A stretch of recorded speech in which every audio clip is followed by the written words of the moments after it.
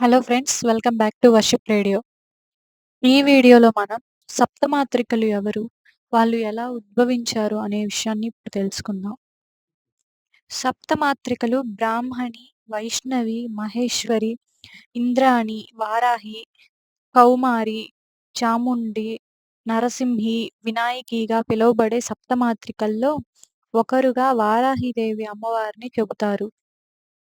బ్రహ్మ నుండి బ్రాహ్మణి, విష్ణువు నుండి వైష్ణవి, పరమేశ్వరుని నుండి మహేశ్వరి, ఇంద్రుడి నుండి ఇంద్రాణి, వారాహ అవతారం నుండి వరాహి, స్కంద నుండి కౌమారి, నరసింహ అవతారం నుండి నరసింహి, వినాయకుడి నుండి వినాయకి సప్తమాత్రికలుగా ఉద్భవించారు.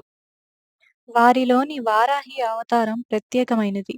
ఆమె వరాహిదేవిగా పిలువబడుతూ ఆ పరమేశ్వరుని క్షేత్రానికి క్షేత్రపాలికగా కాపు కాస్తోంది. అంత ప్రత్యేకత ఉన్న ఈ వారాహిదేవి అమ్మవారి గురించి తెలుసుకుందాం.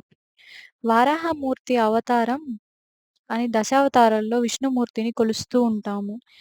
వరాహమూర్తిగా తన ముక్కుపై భూగోళాన్ని మోస్తున్నట్లుగా మహావిష్ణువు రూపం అందరికీ సుపరిచితమే. అయితే వరాహిదేవి అనే పేరు మాత్రం ఇంతవరకు ఎవ్వరూ విని ఉండరు.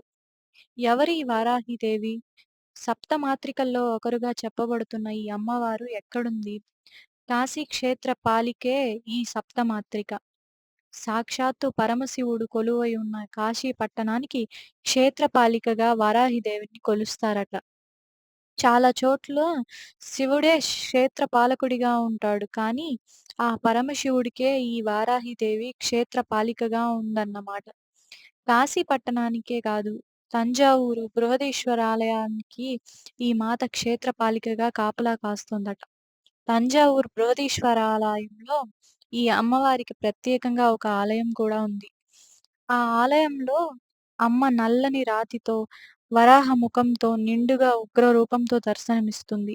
ఆ రూపాన్ని చూడాలంటే నిజంగా పెట్టి పుట్టాలంతే. అట్లా ఉంటుంది అమ్మవారి రూపం అక్కడ. అలాగే కాశీనగరంలో అయితే నీలిరంగులో దర్శనమిస్తుంది.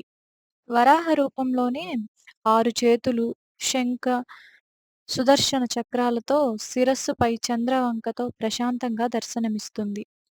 సప్తమాత్రికలందరిలోనూ ఈ అమ్మవారు అత్యంత ప్రత్యేకమట.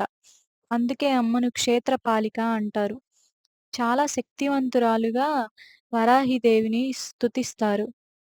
రాక్షసులను మట్టుపెట్టే సమయంలో ఆమె చూపిన తెగువకు చిహ్నంగానే ధైర్య సాహసాలకు ప్రతీకగా ఆమెను కొలుస్తారు.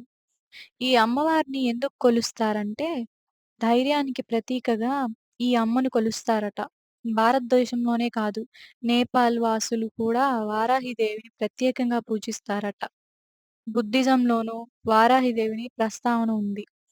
బుద్ధిజంలో వారాహిదేవిని వజ్రవరాహి, వజ్రయోగిని అని పిలుస్తారు. ఎక్కువగా తాంత్రిక విద్యల కోసం నేపాల్ వాసులు ఈ అమ్మవారిని ప్రసన్నం చేసుకుంటారట. అయితే చెడు కోసం వాడే తాంత్రిక విద్యలు కావు. మంచి కోసం ఉపయోగించే తాంత్రిక విద్యల కోసమే పూజిస్తారు. అమ్మవారిని కొన్ని ప్రత్యేక పూజలతో ప్రసన్నం చేసుకుంటారని తెలుస్తోంది.